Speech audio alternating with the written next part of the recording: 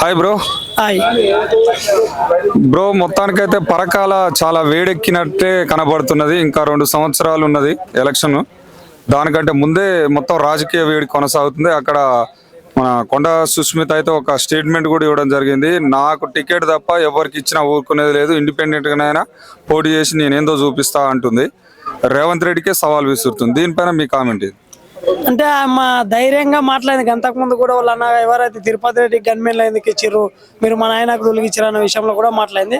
So అక్కడ ఏంటంటే ఇప్పుడు రేవంత్ రెడ్డి గారు ఏమన్నా గతంలో యూత్కి ఇస్తాను నేను సీట్లు అని చెప్పారు కదా, మరి ఇక ముసలిగైన రెడ్లను రాజకీయాలు పెట్టడం తప్పు కదా. ఇప్పటికీ ఎంతో మంది రెడ్లను తీసుకొచ్చి పెడతా ఉన్నారు. ఇప్పుడు మెజారిటీ ప్రజలు బీసీలు ఎస్సీలు ఉంటారు. రెడ్లు కూడా చాలా మంది మంచి వాళ్ళు ఉంటారు ఈ సమాజంలో, వాళ్ళని కాదు. ఇప్పుడు ఆయన వయసు అయినా అవసరం లేదు, కానీ ఆయననే మళ్ళీ ఎమ్మెల్యేని చేస్తాను స్టేట్మెంట్ చేయడం కూడా తప్పు కదా. కాబట్టి అక్కడ పని చేసుకుంటున్నదని మనకు గత 5 నెలల కొద్దిగా అక్కడ రేపు భవిష్యత్తులో ఎమ్మెల్యేగా పోటీ చేయబోతుంది సుస్మిత గారు అనేది మనకు టాక్ ఉన్నది.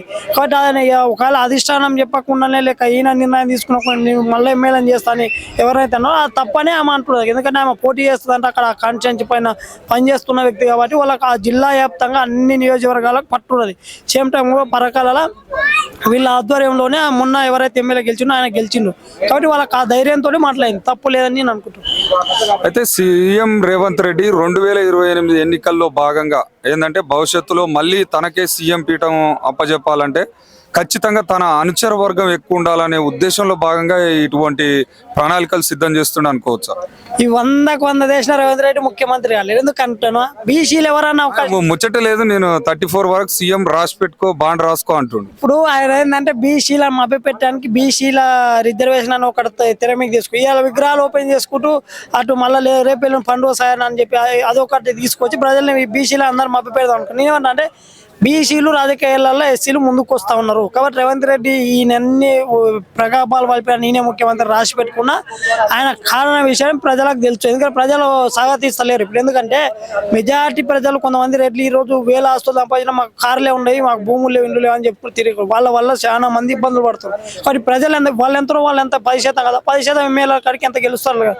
ఒక్క నియోజకవర్గాలు కూడా ఇండిపెండెంట్ కాదు కదా, వాళ్ళ కోట్లు వేసిన వాళ్ళు లేరు జనాలు, ఎట్లా గెలుస్తారు? కాబట్టి నేనేమంటున్నా బీసీలే ముఖ్యమంత్రి అవుతారు ఎవరో భవిష్యత్తులో. కాంగ్రెస్ పార్టీ ఇంకో పార్టీ కానీ బీసీలే ముఖ్యమంత్రి అయ్యే ఛాయిస్ ఉన్నది. ఎందుకు మేల్కొన్నారు వాళ్ళు ఇన్ని రోజులు మనం తెలియక బానిసలాగా ఉన్నారు. ఆయన మన ఓట్లని మనకి వేసుకుని మనం గెలుస్తాము, మన ఓటుని ఇంకోనికి ఆమె 10% లేని చేయొచ్చు అని ఫీల్ అవుతారు ప్రజలు.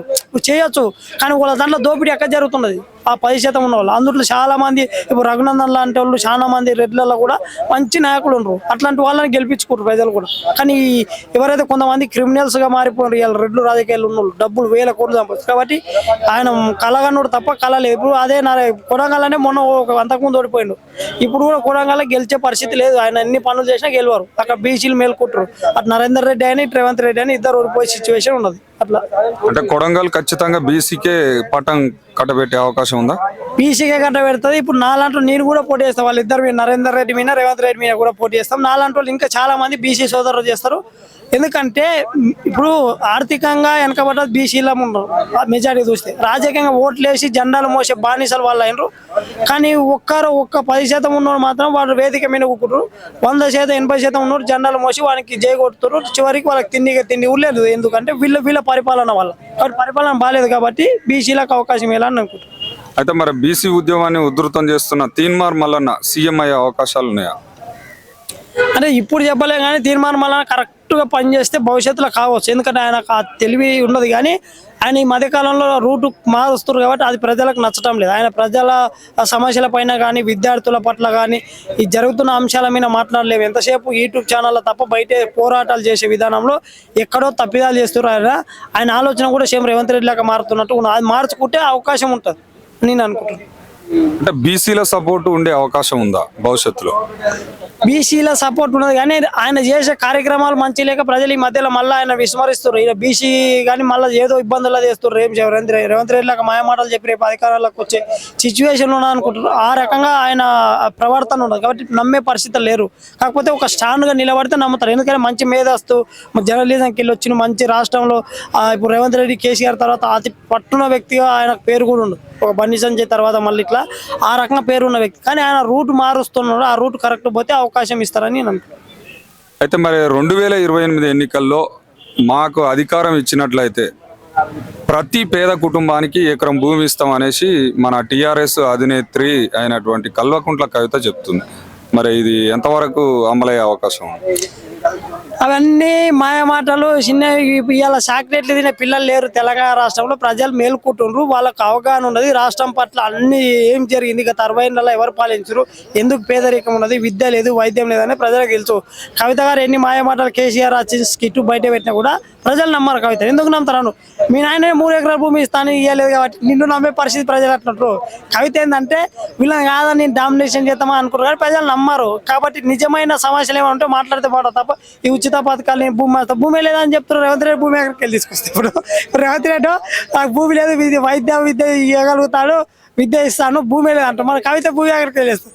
అప్పుడు మా ఎవరైతే ఉన్న నవీన్ రౌడీ షీట్ చచ్చిపోయినా వాళ్ళ భూమి కేసీఆర్ ఏమైనా కబ్జా వాళ్ళు తీసుకున్నాను, మళ్ళీ వాళ్ళ అయితే కేసీఆర్ తోటి ఏమైనా ఉంటే అది తీసుకొచ్చి ఫలితో కవిత గారు చెప్పాలి. భూమి లేదని రేవంత్ రెడ్డి చెప్తున్నప్పుడు ఆ భూమి ఎక్కడికి వెళ్ళి తీసుకొస్తా అది తెలియదు, కానీ కొనుగోలు చేసి ఇస్తా తెలియదు. ఈ విషయం క్లారిటీ చెప్పాలి. కాబట్టి కవిత గారు ఏంటంటే ప్రజల్ని మభ్య పెడదాం ఏదో రకంగా అనుకుని ప్రజలు మేలుకుంటుండ్రు అన్ని వర్గాలు. ఇప్పుడు ఏ కులంలో పుడతాను నీకు దేవుడు రాదా రెడ్డి పోయే కానీ సమాజంలో మంచి చేసినామని స్వాగతిస్తారు. కానీ రెడ్లలో కొంతమంది ద్రోగులుగా, ఎందుకంటే రాజకీయాలని వ్యాపారంగా మార్చి రియల్ ఎస్టేట్ కంపెనీలు పెట్టుకొని వాళ్ళు నియోజకవర్గాల్లో ఉంటలేం, ప్రజలకు సమస్యలు ఉండవు. ఎవరికైనా ఒక అవసరం ఉన్న 100 రూపాయలు 1,00,000 రూపాయలు ఇచ్చినా 10 లక్షలు ఇస్తానే రాసుకునే సిచ్యువేషన్లు ఈరోజు అట్లా తయారవుతారు. కాబట్టి వాళ్ళ వల్ల తప్పుడుగా పేదరికం ఉన్నది. ఇంకా విద్య వైద్యం లేదు. ఎన్ని ఇవాళ అన్ని జిల్లాల వ్యాప్తంగా నియోజకవర్గాలను చూసుకుంటే వెనకబడిపోతారు. అక్కడ పేదరికం పెరిగి పెద్ద అయిపోయి హైదరాబాద్ మీద పడుతారు అందరు వచ్చి. కాబట్టి కవిత గారు ఏంటంటే ఏదో ఒక డామినేషన్ చేసి ప్రజల్ని మభ్యపెడదాం అనుకుంటే ప్రజలు నమ్మే పరిస్థితి లేదు. కవితకు ఇప్పుడు వచ్చే జీఎస్టీ లెక్కలో కూడా గెలిచే పరిస్థితి లేదు. అది థ్యాంక్ యూ బ్రో.